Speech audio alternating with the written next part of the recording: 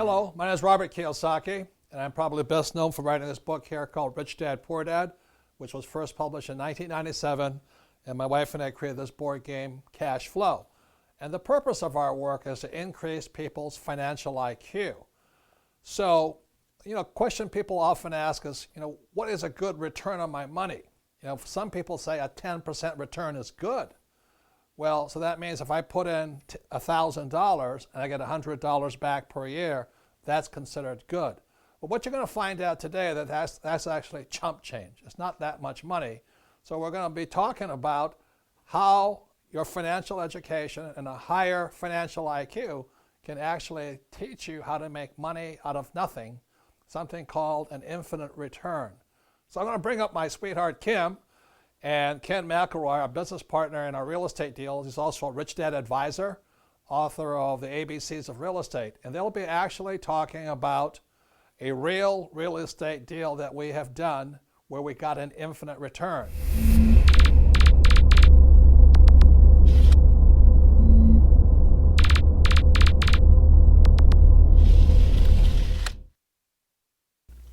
Hi, I'm Kim Kiyosaki, the co-founder of the Rich Dad Company along with my husband Robert, and I'm also the author of Rich Woman. This is a book for women on money and investing because we women need to take care of ourselves financially and be prepared for whatever comes our way.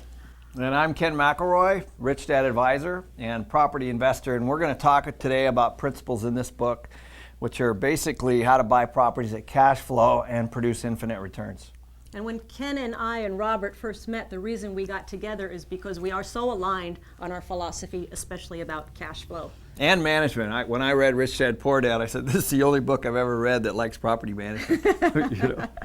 So this is a deal that we've actually done. We did this in 2004 in Tucson, Arizona. These are numbers we're going to show you today that are real, actual numbers. So let's just start off on what this property was. Yeah, what it was is it's a 144 unit property that's located in Tucson, Arizona, and it had 10 acres of land right next door. And so it had the ability to build an additional 100 plus units on it. So that's really why I brought it to you guys and why you ended up investing in it. So the reason I like this deal is because it was 144 units plus land. So we bought the property for $7.1 million and the land for $500,000.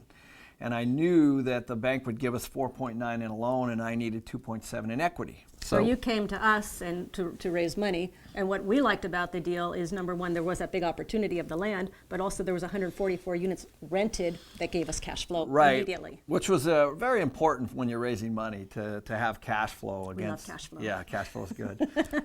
So then the second part was is we go to the bank and we say, okay, we've got these 10 acres and we want to build 100 plus units on it, and we ended up getting a construction loan with another for another $5 million. And with that construction loan, we built 108 units. So at that point, we had 108 plus 144, 252 units that were built. And it took us some time to get it up and running, to get it leased, get the cash flowing. And once we could get the cash flow, more income was now coming in. Right. And we were able to then at that point go back to the bank and refinance. Yeah. So it takes about a year to build it and about a year to lease up that property. So once the whole property is what the bank calls stabilized, then you go get a new appraisal. And that appraisal came in at $15.7 million. 15.7. Yeah. So of the 15.7, how much of the bank loan did we get? Well, the bank gave us 80%, which ended up being about $12.5 million in a new loan. Okay, so we got a new loan now of $12.5 million. Right, and then we had to pay off the old one, Right. which was $9.2 million. Including the construction loan. Right. And that gave us a remaining $3.3 million.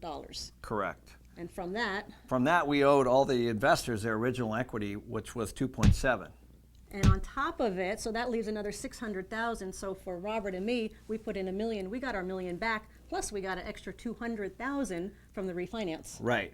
So at that point, everybody's out. Everybody's out, and we're still getting cash flow from the property. We have no money into it, and that's an infinite return. Right. And we still own it today. Cash flow is about $300,000 a year.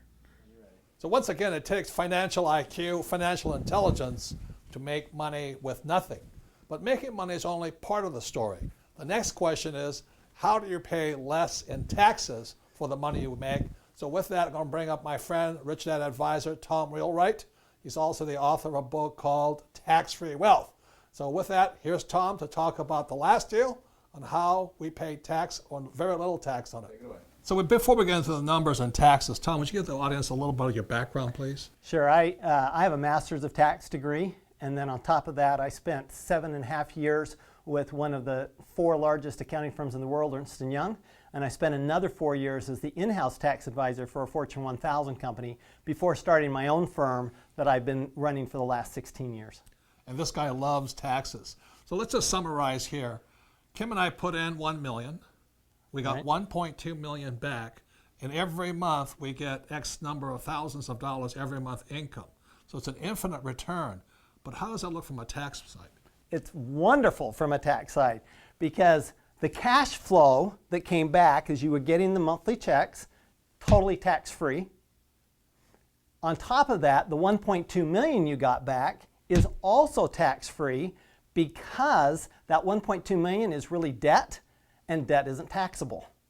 And then on top of that, when you put the money back into a new project, the money from that, the cash flow there, is also tax-free. And in addition, because there's so much tax benefits in these real estate deals, you also got to use tax benefits from the real estate to offset other income, and the government actually wrote you a check. Right. And the thing about it, the government wants you to do this because number one, Right. we provide housing, okay? And we use debt because they want us to use debt. They want us to borrow money. That's exactly right. The tax law is merely a series of incentives for real estate investors, other investors, and business owners.